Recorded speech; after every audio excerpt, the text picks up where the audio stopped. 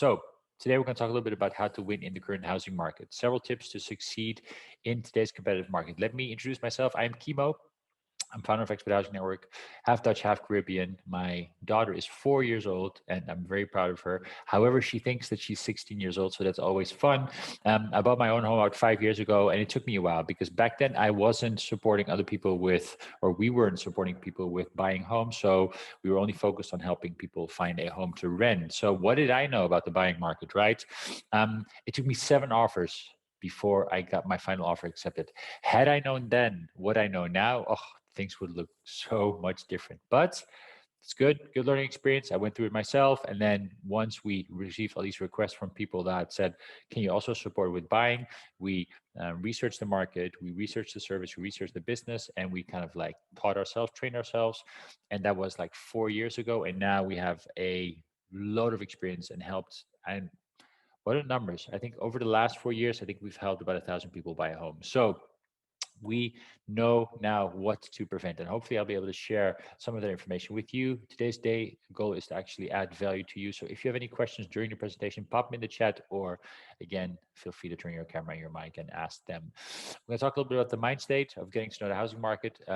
Everybody's asking me, is this a good time to buy? We'll talk a little bit more about that. We'll also talk about the 5 tips to succeed in the market, and then there'll be some time for Q&A. By the way, if I speak too quickly, which sometimes is the case, then don't hesitate to share and say, could you maybe slow down? Or if you want something repeated, same thing applies. If you decide to move forward with the HN, most likely you'll deal with one of my colleagues. I'm not in the service anymore. I'm doing the presentations, I'm managing the teams and so on. But my team of buying agents and senior buying agents is more experienced by now than I have ever been. So you'll definitely be able to get a great service from them as well. Where can we support you in the different metropolitan areas? So Amsterdam metropolitan area, Rotterdam, The Hague, Eindhoven, Groningen, and Maastricht. So if you're looking for a place a little bit outside of one of those cities, that's fine, right? It's a metropolitan area, so there's a circle around it. A little bit more about the EHN. We're not traditional real estate agents. We don't move bricks. We don't close deals. We help people. Very, very important. And we only help with finding a home to rent or finding a home to buy. Our focus is to make you sure you find a home and feel at home. Those two things are very much interlinked. And we charge a fixed fee. We don't do commissions. Why would you pay more if you're already paying more for the house? And we know what it's like to settle into a new country. Maybe you've read that in one of the previous slides with the team, but the majority of the people that work for EHN have either lived abroad or are coming from abroad. So we know what it's like to settle into a new country. Some other added values of working with us, agents take our offers more seriously because they know there's a party behind it that's done the due diligence. We can sometimes book viewings in when it's no longer possible, and also we support by reviewing legal documents. One of the most important things is we actually help define market valuation, because in the end, what you actually offer on the property has a big impact on whether you will get the property or not. And we'll inform you about rules and regulations, and we'll also make sure you don't make the same mistakes that I made at the beginning. Okay, that's enough about EHN. Let's dig into this, because again, like I mentioned, a lot of people ask me, is this a good time to buy? And then I tell them, you have to look at the market where we are. And of course, I don't have a glass ball, so predicting the future is impossible, right? No one knew COVID was going to break out 2-3 months before COVID broke out. So it's very difficult to take into account all of the factors. But there's several different things that I think are worth looking at. And what we see here, first of all, is that the market has been slowly and steadily increasing, and rapidly more increasing the last couple of years since 2012, 2013, after the global financial crisis, kind of like the effects wore off a little bit. What are the reasons for that? Mainly it's fiscal. The Dutch government has created a very interesting climate for people to buy homes and to own homes. So we're seeing a lot of extra demand, whereas the supply is not catching up. How do they do that? By tax exemption. For example, if you're 34 years or younger, buying a property up to 400,000 euros, then you don't have to pay transfer tax, which is 2% of the bridge price. Let's say you buy a property for 300,000 euros, that is 6,000 euros. That's quite a lot of money, right? What we're seeing, however, instead of people keeping that in their pockets, they're putting it into the offers that they're making. Also, interest rebate. So at the end of the year, you can deduct the mortgage interest that you pay off your taxable income. Makes it very interesting because you'll pay less of your mortgage, right? There's also no capital gain. So if you sell your property 2, 3, 4 years from now, you don't have to pay any taxes over the profits. So what we're seeing, again, that money being flown back into the market, that drives the prices up. In cooperation with low interest rates, it's very cheap to borrow money. It's not free, don't forget that it's cheap, right? So you still pay down the line, down was it like a 30-year period, you still pay quite a lot of money for it, but it is cheap. And especially compared to high rents, people choose more to buy than to rent. And then, of course, there's a lack of supply. We're not very good at building properties soon and quickly enough. Mm. Although I must say, that is not the main reason. I think the lobby of the project developers is very strong, and they're saying, "Oh, we need to build more, build more, build more." But I believe that they need to make it less attractive to kind of like own or buy a home. Why? Because the supply and demand is very skewed at the moment.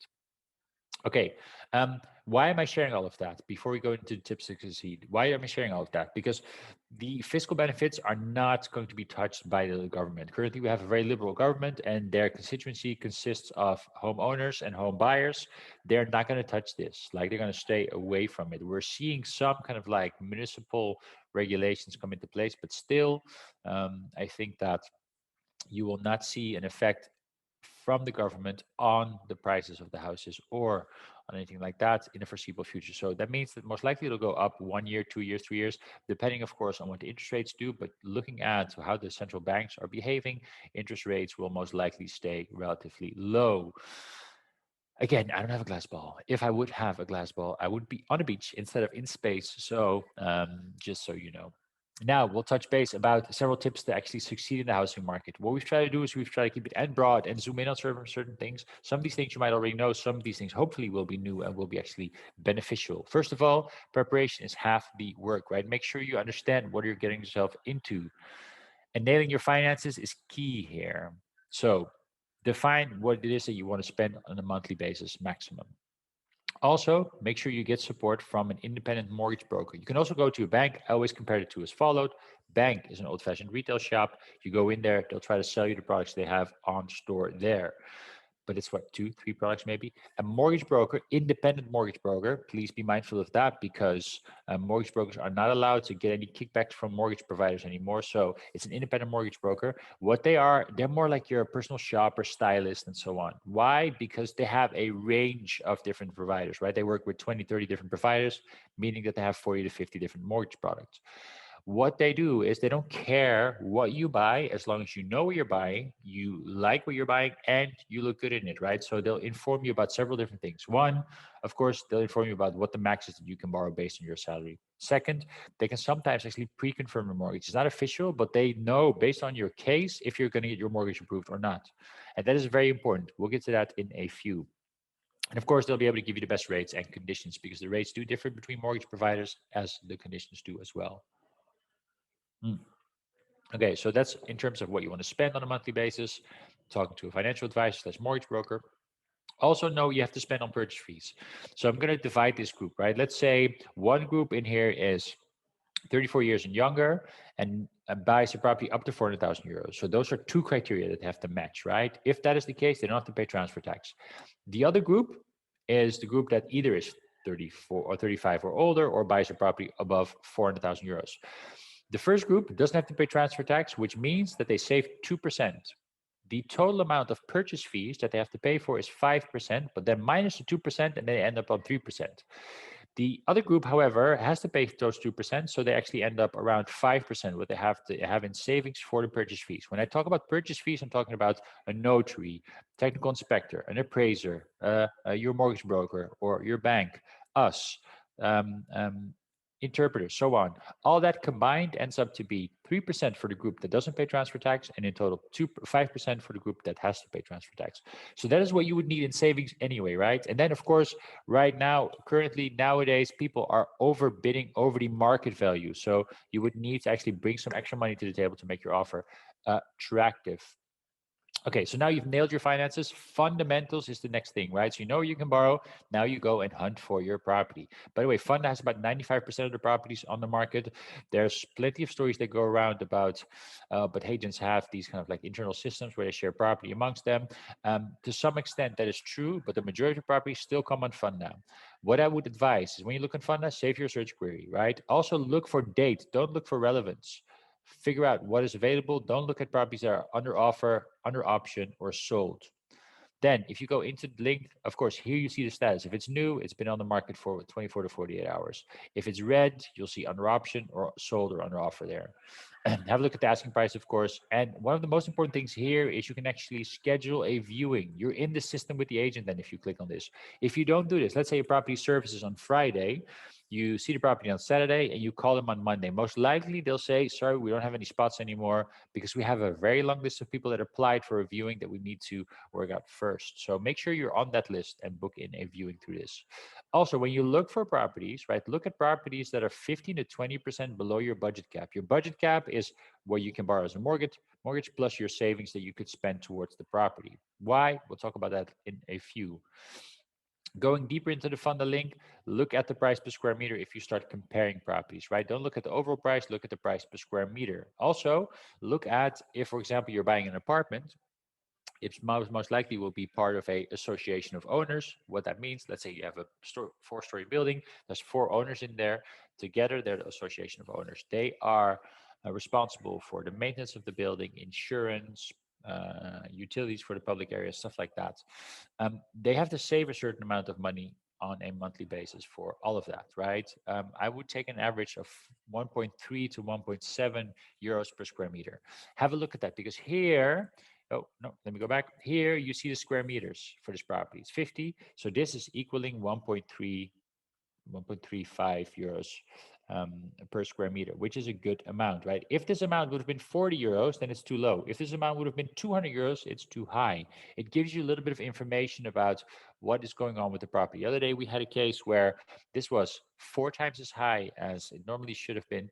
Then we asked about that and we figured out, okay, hey, there must be something fishy there. It turns out that the foundation needed work. It was nowhere to be seen in any of the documents, but this gave it away. Then also look at the energy label. I think a lot of people are missing those. There's definitely plenty of ways to boost the energy label by actually installing a better boiler, insulating, putting up double glazing, stuff like that. But have a look at it as well because it has an influence on the value of your property. And then this is mainly for some of the major cities. Some properties are built on land that is not owned by the property owners. It's owned by the municipality or by private owners. If it's owned by private owners, then steer clear from it because the banks don't like to give you a mortgage based on that. If it's owned by the municipality, you might most likely will have to pay rent on an annual basis, and they can increase it after a certain period of time. Most likely that period of time is 50 years, and you need to figure out when that expires. This has an implication on how much you can borrow if you have to pay ground lease or ground rent. If it's freehold, you don't have to pay anything. Then again, if you buy a property that is part of an owner association, make sure they have savings and then there's some maintenance plan so you know that they're going to actually maintain the building properly. Okay, so we've got the financials in order, the fundamentals, and this is probably one of the most important things. Value, value, value, value, value. Why is that important? Because a lot of people ask me, how much should I overbid over the asking price? Look at this property. Asking price is 400,000 euros. I'm going to tell you already the asking price is the subjective price that the selling agent puts the property up for. Of course, he's going to base it off the value to some extent, but he has a big freedom in there, right? So let's look at agent number one. He puts the property up for 400,000 euros, but the market value is 430. By the way, this is the amount that the bank will give you, right? How do you define the market value? By looking at properties, similar properties sold in the last 6 to 12 months. So he puts it up at 400,000, market value is 430, purchase price, so the final purchase price is 460. Difference between asking purchase price 60K, 15%. Difference between market value and purchase price is 7.5%. Okay, if everybody uses this narrative, then everybody says, okay, hey, 15% is where you should ask or we should bid over. Now let's look at agent number two. He puts it up for 380, but the market value, by the way, it's the same property, yeah? 380 asking price, 430 market value. Purchase price is 460. Now suddenly the difference between asking price and purchase price is 21%. And then if people start using this narrative, then suddenly people start overbidding, bidding. And then imagine bidding 21% over this one, well, then you end up on 484. So we'll drive the prices up together if we continue to keep the narrative that you have to look at the difference between asking price and purchase price. So look at the difference between value and purchase price. That is what we look at. Define the market value. We can support you with that. Let me add something in the chat. You can look it up here as well. It's a bit of a puzzle, but it's doable. So that's what you should do. So value, value, value, value, value. Okay, the last, or not last, sorry, second last is the winning offer. What is a winning offer? It's a good price, not always the highest price. Why is this important? Because let's go back to this view, right? This is the property. The market value is 430. This is what the bank will give you. The bank's not going to look at asking price or bridge price. The bank's going to give you 430. If you have 30,000 euros in savings, then this is what you can offer. But if you offer 480, because who knows, maybe you don't know what the actual market value is, maybe you're overconfident, something like that. If the selling agent finds out that you don't have the remaining 50K, then he's going to pull your offer and he's going to say, no, so we're not going to move forward with you. We're going to move forward with somebody else. So it's a good price, but it's not always the highest price, right? So make sure it's realistic. Offer security to the seller. The seller doesn't want to start the process all over again 1, 2, 3 months in. So the more clauses you add in that can allow you to pull out of the deal after a certain time, the more wary the selling party will be, and also the selling agent, because they don't like to work as I know it. Then offer the least amount of hassle. So I think the best example is a selling party wants to move out the 1st of February. You want to move in the 1st of January, and you put that in the offer. That creates a situation for the seller where he has to move out, store his stuff, find temporary accommodation, and then move back into his new home afterwards. That is not ideal. The same thing applies for asking him to fix all of these things that are non-critical. We had a client that wanted the seller to paint the wall in a different color. I was like, that's not something you ask, because the more of you, so those things you ask, the more likely a competing competitive offer or a similar offer will be chosen that doesn't have it in. Then offer personal touch. Why? Because the majority of the sellers own their homes, have lived in their homes, have built an emotional connection with their homes. So they'll want to sell to somebody that will appreciate the home just like they have. If you buy from an investor, it's not so much important, right? Then money becomes more important. If you buy from a seller who's lived in a property, share a little bit more about yourself, add a photo, and why you like the property, and then most likely they'll pick you over an investor who says, I'm going to buy the property just to rent it out.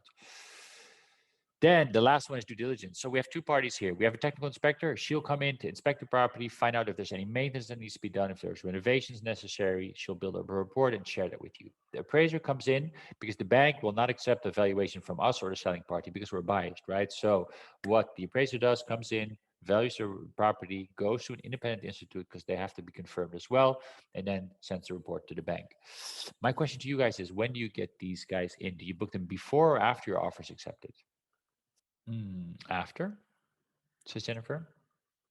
Jackpot, Jennifer. Great job. Why? Well, if you book them in before the offer is accepted and your offer is rejected, then you've lost that money. These guys combined cost about €1,000. So make sure you get your offers accepted. Also, and the reason why I asked, it's a bit of a trick question, because a lot of people don't really know what the actual kind of like timeline is when it comes to, for example, you being committed. So let's look at it like this. Today, we're going to submit an offer. Tomorrow, it's going to be accepted. We're not committed yet to the deal. So once we're committed, is this. So let's say tomorrow's accepted. A week and a half thereafter, we'll sign the bridge contract. That's the agreement that we're going to buy. The seller's going to sell under certain conditions. 3 days after the bridge contract signing, you have kind of like time to rethink, reconsider, pull out without giving any reason. After that, after this is expired, then you're locked in, then you're committed. However, what you want to do is you want to find out what the condition of that property is before you sign that purchase contract. Because if you want to negotiate, this is the time to do it, not after you've signed, right? Also, if you find out more about the value, you'll know whether you're going to get the mortgage that you need to actually secure the property. So make sure you also get that information, preferably for a bridge contract, no later than the cool-off period. Now, a brief recap of what we discussed. Before you get started, get in the right state of mind, understand the market, and nail your finances as well. Use the fundamentals, always look at market value, and send a smart and considerate offer. Time your due diligence, make sure you do that properly, and make sure that you understand what you're buying yourself into, especially considering the speed in which a lot of these markets are moving. Most often you'll get a chance to view it once, maybe 1.5 times, right? And for the amount of money that you're going to spend, it's just crazy that you can only see that thing once and then have to spend 400,000 or 500,000 euros on it. So your due diligence is also the option to kind of like look at the property again. Whew, I really sailed through that one. Any questions from you guys? Sorry for speaking so fast. I'm not sure why it's a thing, but any questions from you guys? This is my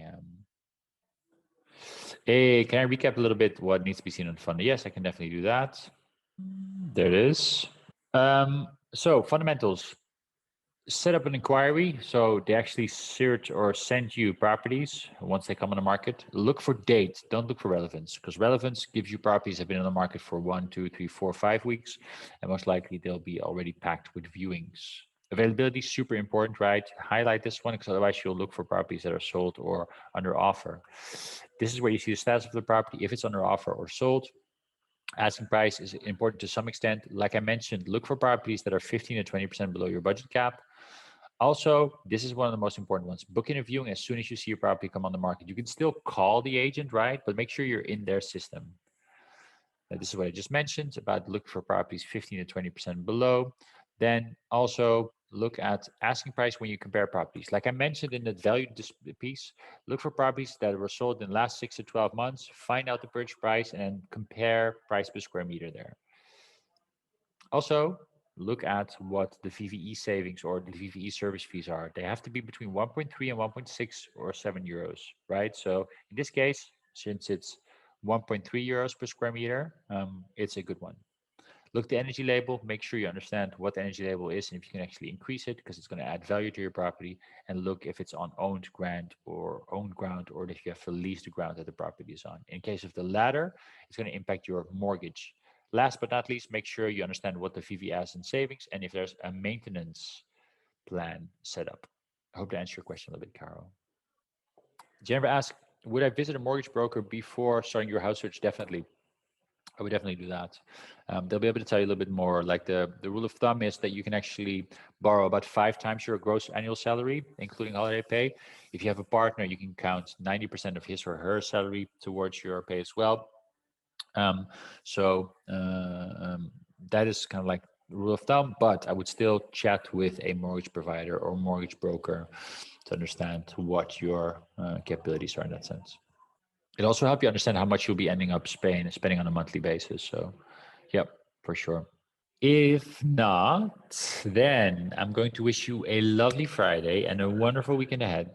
And if you are looking for support, don't hesitate to reach out. You can book it in a free intake, no strings attached on our website. Don't hesitate to do that. And then you can actually grill one of my colleagues and find out if there's anything that I've missed or you should know or ask any questions. For now, have a good day today and a lovely weekend ahead. Thanks a lot, everyone. Take care.